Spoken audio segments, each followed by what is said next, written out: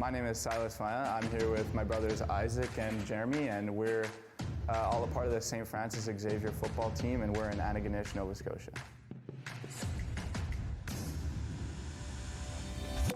Fagnan now rolling to his right. He's got his brother. There's Isaac making the reception. First down and more. Fagnan back, passing. Looking to the right side. He's got his brother Isaac on their defender, draped over him. And Isaac Fagnan says, that doesn't matter. I'm going to make the catch. And for the first time since 2018, we're going to have a Loney Bowl champion, and it's going to be STFX. Quarterback for STFX, Silas Fagnan. How does that feel, Loney Bowl champ? Hey, it feels great. We've been working for this all year, and it's so good to see so many smiles. And that's the best part of it. You see your teammates excited, your coaches excited, the fans excited. For me, that's the best feeling in the world. I don't really care about the trophy. It's what we achieved as a team and as a group.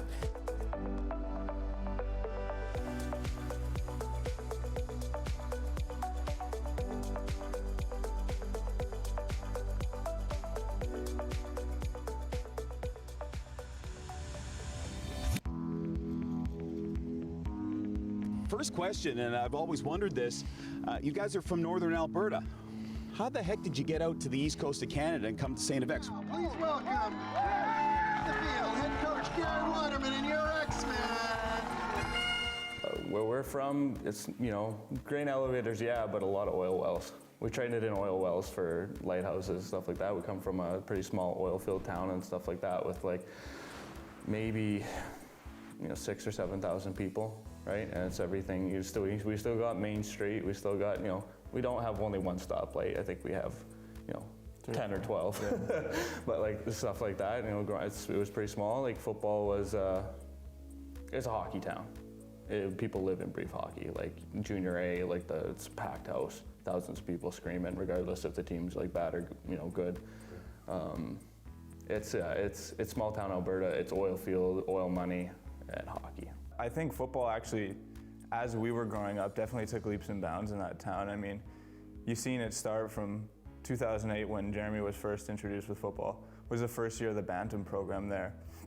And then just every year consecutively, you could see the growth in the town and the actual camaraderie of people show up to our annual Scott McDonald tournament. From then in 2012, we have Pee Wee involved. And now we have Adam, and we have little kids running around with flags, and it's great to see. It's great to see just like football as a whole in that place. I don't know. Growing up, I took pride in that, and I really felt like playing under the lights on a Friday night. To see everybody in the stands was like much of the reward. Yeah. I don't know if slow is the best term, but it's a slower lifestyle, more relaxed lifestyle here, and a lot more, I would say, like community focused in a lot of ways. Like I'd say that's the biggest thing. It's just a different dynamic. I mean, back home, it's still the same small town, vibes that you get out here with everything. But it is a different feel. When we first got here, it was kind of a culture shock to just go from Bonnyville to Antigonish and just see the two back and forth now when you go home. But at the end of the day, two small towns, similar size, so a lot of similarities there.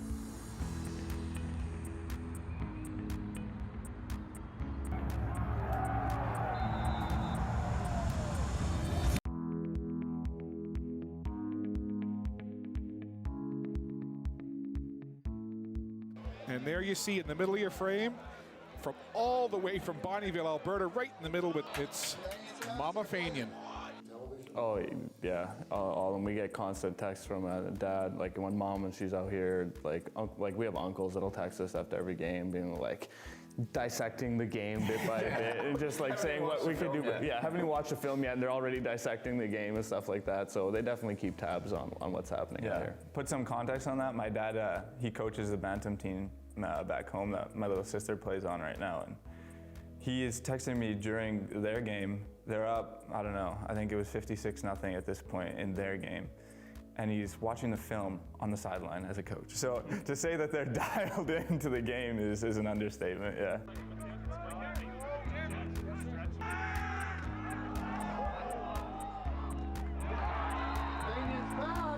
Like they're saying, we have family members that never really were interested in football whatsoever, and you're getting texts from them. You're like, Auntie, like, you watch our games? Like, they're asking about the links, when the times are at, and so that's something that's been special, just share those moments with family members.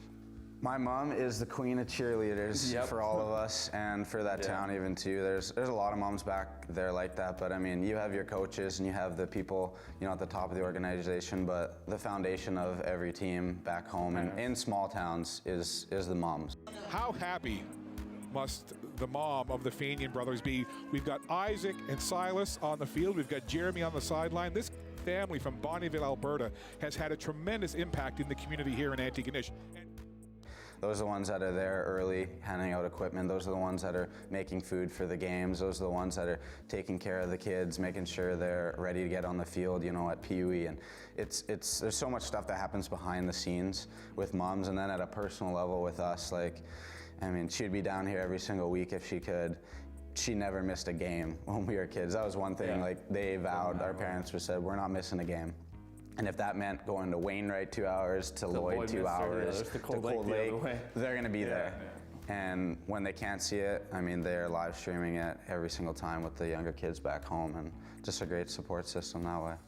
To give her some credit, I guess the BAFA Association, which is the Bonnyville Amateur Football Association back home, they have an award each year that goes out to the fan of the year, and we'll say she's been a popular recipient of that award.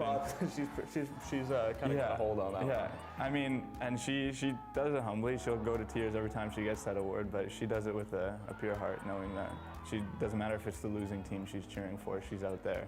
You know, or it doesn't matter if she's cheering when something she shouldn't be cheering, or like something's going on that shouldn't be happening. Interception! Yay, good job, guys. Doesn't matter what, she's cheering, and always has 100% in her heart. She'd walk here if she could to watch a game. Like, that's how much the games mean to her.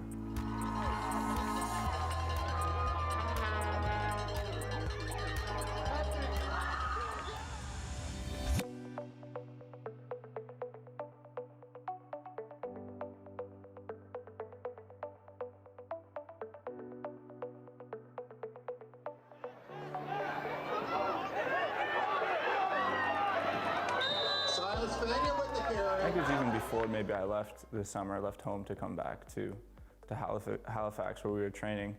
You know, one of the biggest things, not having a start really at this level yet before this year, was, you know, you can be nervous and that's okay, but you need to take that nervous and bundle it up in a positive way, and that was excitement, because at the end of the day, being nervous is, you know, sweaty palms, you got a little bit of shakes, your heart rate's up. Being excited, sweaty palms, you're a little bit shaky, and your heart rate's up and you're ready, roaring to go. You know, for young guys, a lot of times they ride the wave of highs and lows, and he seems to be even keel, and I think at that position it's pretty important to be just relaxed and not get too high or too low on the place. So I mean, it's just interpreting it a different way, and excitement, I believe, is the positive way of viewing that. So try to, you know, take every bit of jitters you get and think of it in a positive way, and how that can affect you versus thinking about it negatively. Remaining 29-24. Wants to go into the end zone. Has a man. He's got a touchdown. And he gets it to his brother, Isaac Fagnan. What a big touchdown in the dying seconds of this one. I can't speak for every receiver or, like, you know, returner, but for me, it's always been different. Like, I'm a very, like, nervous / excited person before the game and leading up to it, but I always tell the coaches, and I tell Silas every time, like, I just need to get hit once.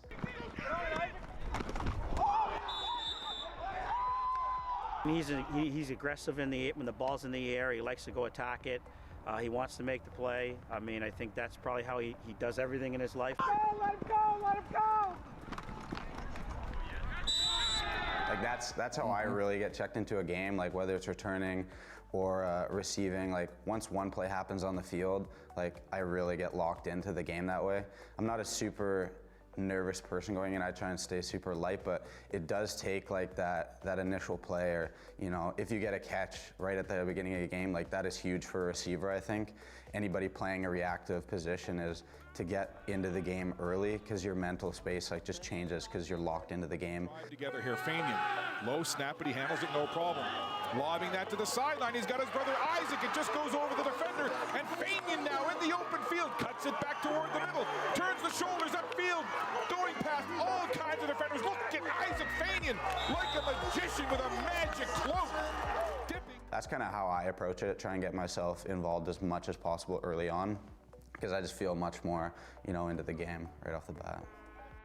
A lot of it, like for us and like any of the rest of our coaches will tell you, from the head coach down, a lot of it's body language. Like you can see when a guy's dialed in and ready to go, and you know, there for his teammates, regardless if he's on the field or not. But body language is a huge part of it, you know, and that's just something you just gain from experience. You can tell when a player's dialed in and ready to go, or when maybe something isn't going his way or the team's way, and you can tell like that's kind of affecting him negatively. We'll call that like you know, Coach Waterman has the saying, is like you're either in the green, you know, like in the yellow orange, or in the red. In the red is like a place that you don't want to be, because you're not going to be able to help your teammates, right? Yellow is and orange, like that's that in between ground, like it could go either way. Green is like where you want to get back to as soon as possible. Like, you know, sometimes when a bad play happens, like you'll get into the yellow or orange, and like you got to try and get yourself back to the green, and that's getting in that positive mental state where, like, you know, you're encouraging your teammates, you're excited about the next play, ready to go. 1st and 10 from the 45. Here's Fagnan, wants to go all enchiladas, got the man open, and they got themselves a touchdown. And who grabbed that? That's 83, that's his brother, Isaac Fagnan. And it was only a matter of time, because they were finding each other a lot in this game. You had real good rapport with this quarterback. Yeah, I think you know him very well. Tell me about the performance of your brother. You were amazing, but what about your brother and his first AUS start? Yeah, absolutely. First off, just nothing like that, you know, that opportunity to play with your brother. I've had it a couple times actually at U Sports, and it's been phenomenal to play with him, and he's been working his butt off. He's been grinding, and he's, you know, it's showing out now. It's showing that hard work, and he's done everything he needs to do, and he's a great leader, and he did an awesome job today. First start, first win for him, so really proud of him and excited for what he's going to do.